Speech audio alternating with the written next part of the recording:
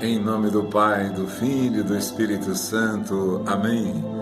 Louvado seja nosso Senhor Jesus Cristo. Louvadas sejam todas as obras de Deus. Louvado seja o seu amor misericordioso por cada um de nós. Hoje vamos parar um pouco diante dessa passagem, capítulo 19 de São João, versículo 26, a narrativa da crucificação de Jesus no Evangelho de São João. Vai dizer no versículo 25: junto à cruz de Jesus estavam de pé sua mãe, a irmã de sua mãe, Maria, mulher de Cleofas, e Maria Madalena. Quando Jesus viu sua mãe e perto dela o discípulo que ele amava, disse à sua mãe: mulher, eis aí o teu filho. Depois disse ao discípulo: eis aí a tua mãe. E dessa hora em diante, o discípulo a recebeu em sua casa. Nós costumamos ouvir que várias passagens do Evangelho, tua mãe e teus irmãos estão aí à tua procura. Muito bem, há muitos anos atrás, a gente ouviu a explicação que o termo usado, ou do hebraico, do aramaico, não tinha as palavras para sobrinho, tio, primo. Eram todos irmãos de uma mesma família. Se designava irmãos a todos eles, primos, tios e sobrinhos, como o caso de Abraão e Ló. Aí eu acreditei porque a igreja me dizia, porque eu, um Zé Ninguém em matéria de fé, em matéria de línguas como hebraico, aramaico e grego, nos quais foram escritas a Sagrada Escritura, em grego quase todo o Novo Testamento, ou o Novo Testamento inteiro, não tenho certeza. Então eu peguei e acreditei nessa palavra, que Jesus não tinha irmãos, eram parentes próximos dele, filho da irmã de sua mãe, do seu tio, filho do seu primo. Então eu acreditei que todos eram designados como irmãos. Eu não sabia nada, tinha que acreditar. Mas aí o tempo vai passando e você vai percebendo, claro que tanto quanto o Espírito Santo, na sua misericórdia, nos concede, a gente vai percebendo que as pessoas se justificam daquilo que não querem crer ou que não querem fazer. Quando um patrão diz a um empregado, faz aquilo, ele pode disfarçar e dizer que não deu tempo, fazer só metade e dizer que não deu tempo, que ele se esforçou, mas que não deu tempo, mesmo que tenha sido possível fazer. Cada um justifica, por exemplo, aí ele está justificando a sua preguiça. Nós, quanto ao Evangelho, justificamos a nossa falta de fé. Então, quando nós vemos Maria Madalena, Maria, mulher de Cleofas, e a irmã da mãe de Jesus, estavam de pé junto à cruz de Jesus, de pé sua mãe, a irmã de sua mãe, Maria, mulher de Cleofas, e Maria Madalena. Muito bem, essas mulheres estavam aos pés da cruz, mas é horrível quando a gente não crê, a gente não sabe e prega aquilo que não sabe e aquilo que não crê. Pregar aquilo que não sabe, aquilo que não se crê já é uma loucura, e pregar aquilo que não se sabe, uma loucura maior ainda. Então, quando há várias religiões aí falavam que Jesus teve outros irmãos, que Nossa Senhora teve outros filhos, Só que aqui no alto da cruz, poucos se aproximaram da cruz, como você está dizendo aqui, como está dizendo nesse versículo 26, essas mulheres, a mãe de Jesus e o discípulo que ele amava.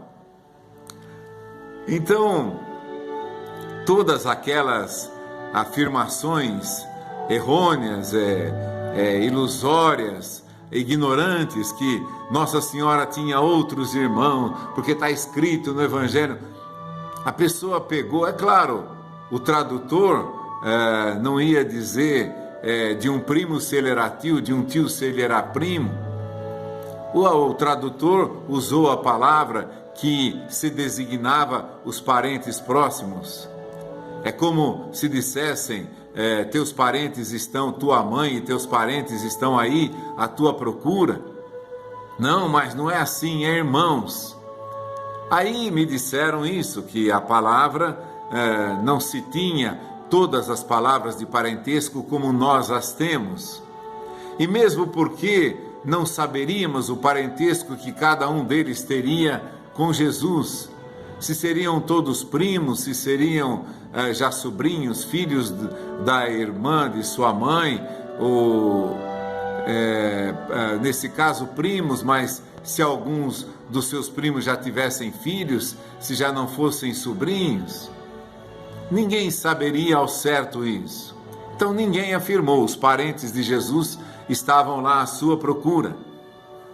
Mas aí nós vamos entrar numa falta de fé e falta de conhecimento, porque aos pés da cruz de Jesus estavam Maria, sua mãe, e o discípulo que ele amava. Vejam, no alto da cruz, o grande testamento de Jesus disse ao discípulo que ele amava e à mãe que ele amava: mulher, eis aí o teu filho, e diz ao discípulo amado: eis aí a tua mãe. Então nós estamos vendo aqui que não havia parentescos tão próximos de Nossa Senhora. A igreja ensina José já havia morrido, por isso que ele é o padroeiro da boa morte, porque ele morreu na presença, segundo a tradição, morreu na presença de Maria e de Jesus. Olha, que morte maravilhosa, Jesus e a mãe ao teu lado. Graça e glória que nós podemos ter também com Maria e Jesus ao nosso lado. Mas aqueles que não têm fé, então jogaram e supondo que Nossa Senhora teve outros irmãos, agora já negam também a virgindade eterna de Nossa Senhora. A virgindade em Nossa Senhora, é claro, é um valor, mas muito maior que o valor da virgindade era a entrega do seu coração. A virgindade física embora ela tenha existido, eu creio nisso, ela é uma virtude pequenina em comparação da grande, imensa graça de ser a mãe de Deus, de ser a escolhida para Deus se fazer homem no nosso meio. Mas aí, ao afirmar que Nossa Senhora tinha outros irmãos, então que ela tinha um convívio natural com São José, que ela gerara outros filhos com o concurso de São José, que teve um relacionamento com São José para gerar outros filhos. Então, por que a pessoa faz isso? Porque ela, que é casada, ela não admite que haja alguém mais puro do que ela. Não, se eu desejo minha mulher e se eu me casei, também Nossa Senhora tem que ter casado e tem que ter tido outros filhos. Meu filho, você faz o que você quiser. Isso não impede que você se torne um filho de Deus. São Pedro era casado, não sei. A sogra ele tinha, mas não sei se já era viúvo. Não consta, pelo menos em nenhum lugar que eu tenha visto, que a mulher dele era viva. Porque no momento em que Jesus cura a sogra de Pedro, ela se levanta e se põe a servi-los. Então, supõe-se por aí que, por exemplo, Pedro deveria ser já viúvo. Mesmo que não fosse, isso para nós não importa. O que nós estamos dizendo é que tudo aquilo que você não consegue ser e não consegue fazer, você renega. Mas renega porque não tem fé. Os fariseus pediam um milagre para Jesus, um sinal, dá-nos um sinal e isso nos basta. Aí ele vai dizer, não será dado a vocês outro sinal senão o sinal de Jonas, que durante 3 dias e ficou no ventre de um peixe e foi vomitado na praia. Então, isso não é normal, isso não é natural, então eu não acredito. Deus pode fazer o que Ele quiser, a hora que Ele quiser. E não depende nem da minha fé e nem da minha razão para fazer as coisas que Ele faz.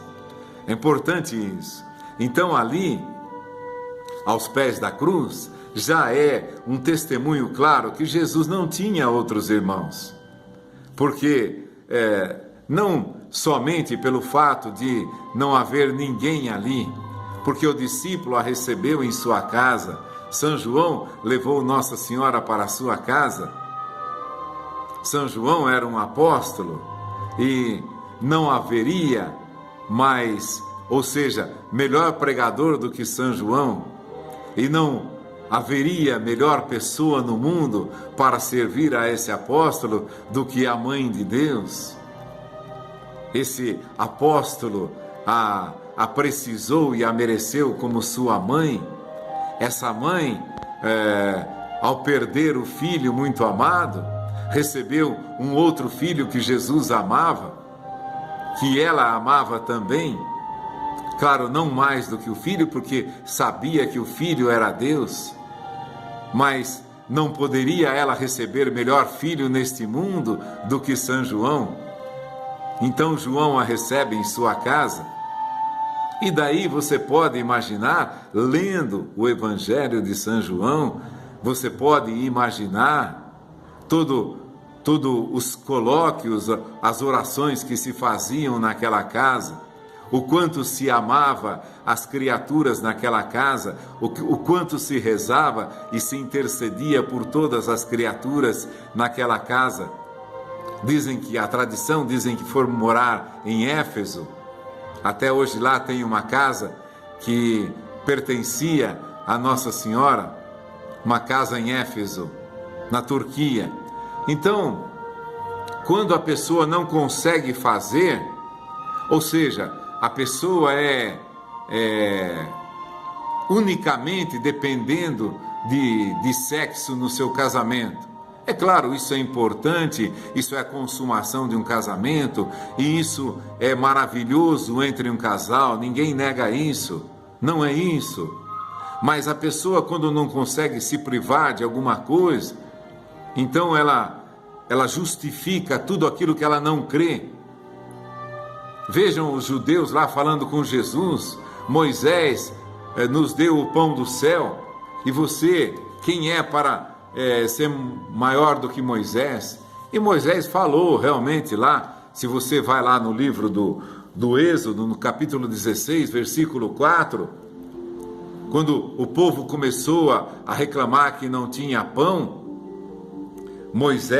o Senhor disse a Moisés: vou fazer chover pão do alto do céu, sairá o povo e colherá diariamente a porção de cada dia.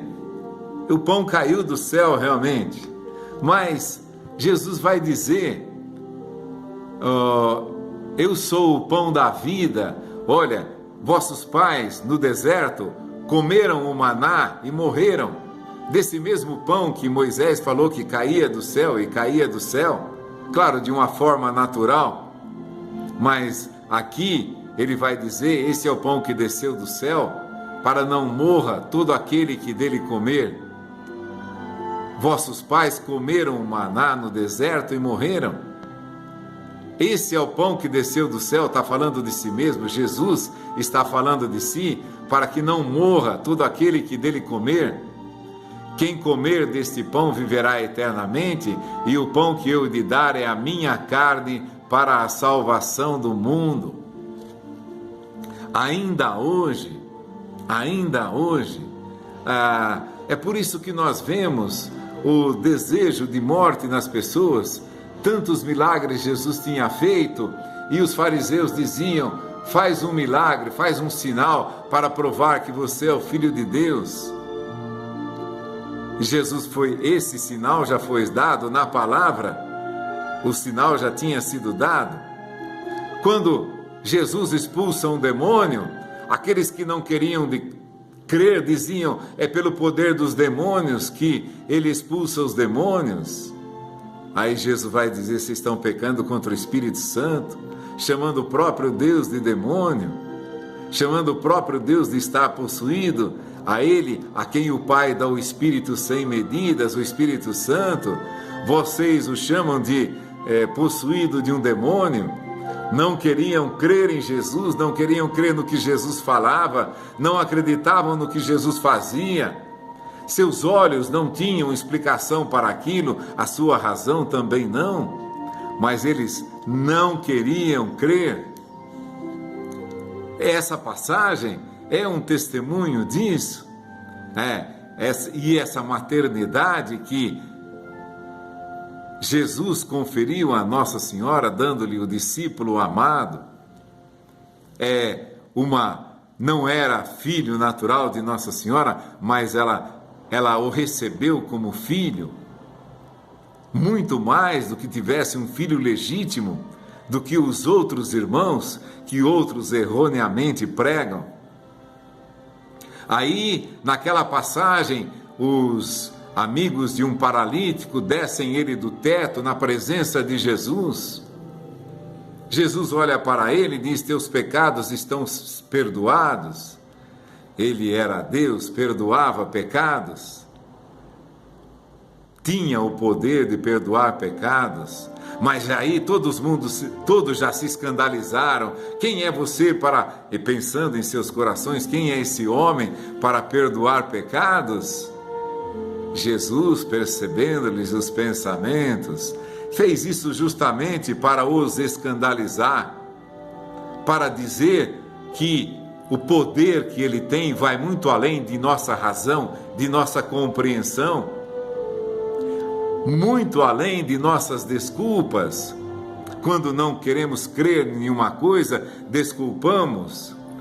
Quando Jesus falou que o Espírito Santo virá sobre ti e o poder do Altíssimo te cobrirá com a sua sombra, e aquele que nascer de ti será chamado Filho de Deus. Veja toda a Trindade presente no nascimento de Jesus. O Pai te cobrirá com a sua sombra. O que nascer de ti será fruto do Espírito Santo, e o que nascer será chamado Filho de Deus.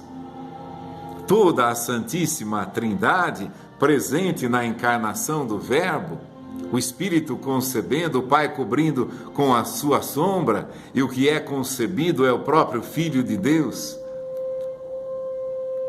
Então, acusam Jesus que estava possuído de um demônio porque não queriam crer. Ninguém pode perdoar pecados a não ser Deus. Ele disse: eu posso perdoar pecado. Levanta-te, toma o teu leito e anda. Você não é permitido você fazer a cura em dia de sábado. Todas as justificativas, elas não são do passado, elas são do presente. Todo aquele que criou uma nova religião, seja ela das mais recentes, das mais antigas, as criaram porque não tinham fé, porque não querem. Por exemplo, Jesus soprou sobre eles e disse: recebei o Espírito Santo. Está no finalzinho do Evangelho de São João, capítulo 20, versículo 22. Depois dessas palavras, soprou sobre eles o sopro da vida, o sopro que dá vida, que dá poder, que dá eternidade, foi o sopro da vida, o sopro que Deus insuflou no primeiro homem, que fez existir toda a humanidade, que deu vida a toda a humanidade. Como São Paulo vai dizer, de um só homem ele criou todo o gênero humano. Aqui Jesus, depois de ressuscitado, aparece aos discípulos e diz: recebei o Espírito Santo, soprou sobre eles. Você vê aquela passagem de Ezequiel, um ajuntamento de ossos, de nervos e de pele. Aí Deus sopra sobre ele e aquele monte de osso e de carne, músculos todos ajuntados, recebem a vida, para dizer o poder do Espírito Santo.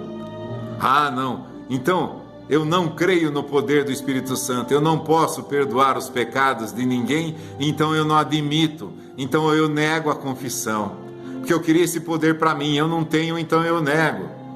Eu queria o poder de consagrar, eu não posso, então eu nego. Entendeu? Tudo aquilo que eu não posso, eu o renego, eu nego. Eu não posso crer naquilo porque eu não tenho poder de fazer aquilo, porque eu não quis consagrar a minha vida para fazer aquilo. Já disse, não há pecado nenhum em se casar, São Paulo vai dizer isso. Pelo contrário, o relacionamento de um casal é uma coisa santa, é uma consumação do amor entre marido e mulher. Isso os torna a mesma. Jesus disse: serão uma só carne. Já não são dois, mas uma só carne, um só ser, para viverem juntos, para se completarem e para, por essa união, gerarem a vida que Deus lhes quiser dar, gerarem os seus filhos, mas gerarem como atos de amor. Agora, eu não quero, eu quero me casar de qualquer jeito. Se case, não há mal nenhum nisso, mas não te dá o direito de renegar aquilo que você não quis fazer. Não é pecado o que você fez, só que não te dá o direito de perdoar os pecados. A quem perdoardes os pecados, eles lhes serão perdoados. A quem os retiverdes, eles lhes serão retidos. Mesmo que você seja um evangélico, mesmo que você pertença a outra religião, se você acreditar nisso, você pode se confessar. Se você acreditar na palavra de Jesus, o maná que vossos pais comeram, morreram. Se o que você come hoje é pão, ou é vinho, ou é suco de uva, você morre também. Vossos pais comeram o maná que caía do céu e morreram. Se você não crê, você morre também. Porque os teus pais comeram o maná no deserto e morreram. Então, se você não crê no pão que dá a vida eterna, você vai morrer também. É por isso que não existe santo evangélico, entendeu? Porque não renunciaram a muita coisa e quem não comer da minha carne e não beber do meu sangue não terá a vida eterna. É por isso que nós temos... Então, se você não crê numa coisa, você não crê na outra. Se você não come o pão da vida eterna, você não acredita que os santos vivem. Eu posso rezar por você, posso dizer agora: Espírito Santo, venha sobre todos aqueles que estão partilhando essa palavra. E Jesus ilumina teu coração, porque eu estou vivo, você está vivo, e eu posso rezar por você, e você pode rezar por mim.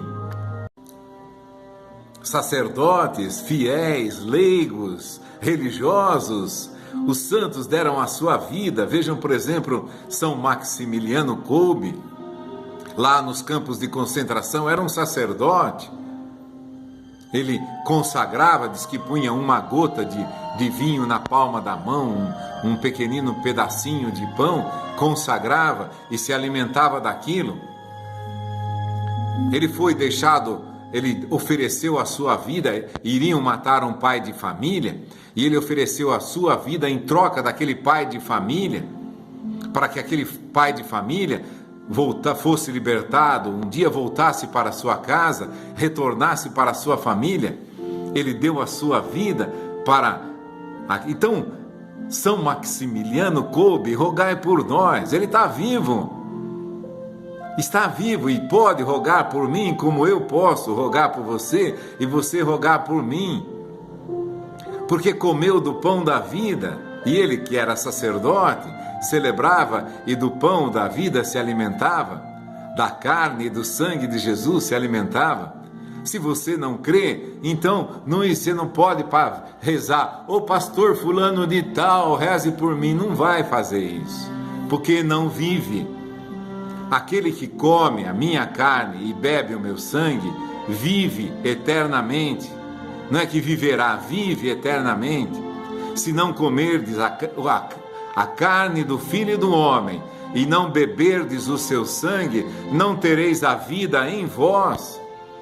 É isso, nós comemos a carne, bebemos o sangue do Filho do Homem, então temos a vida em nós.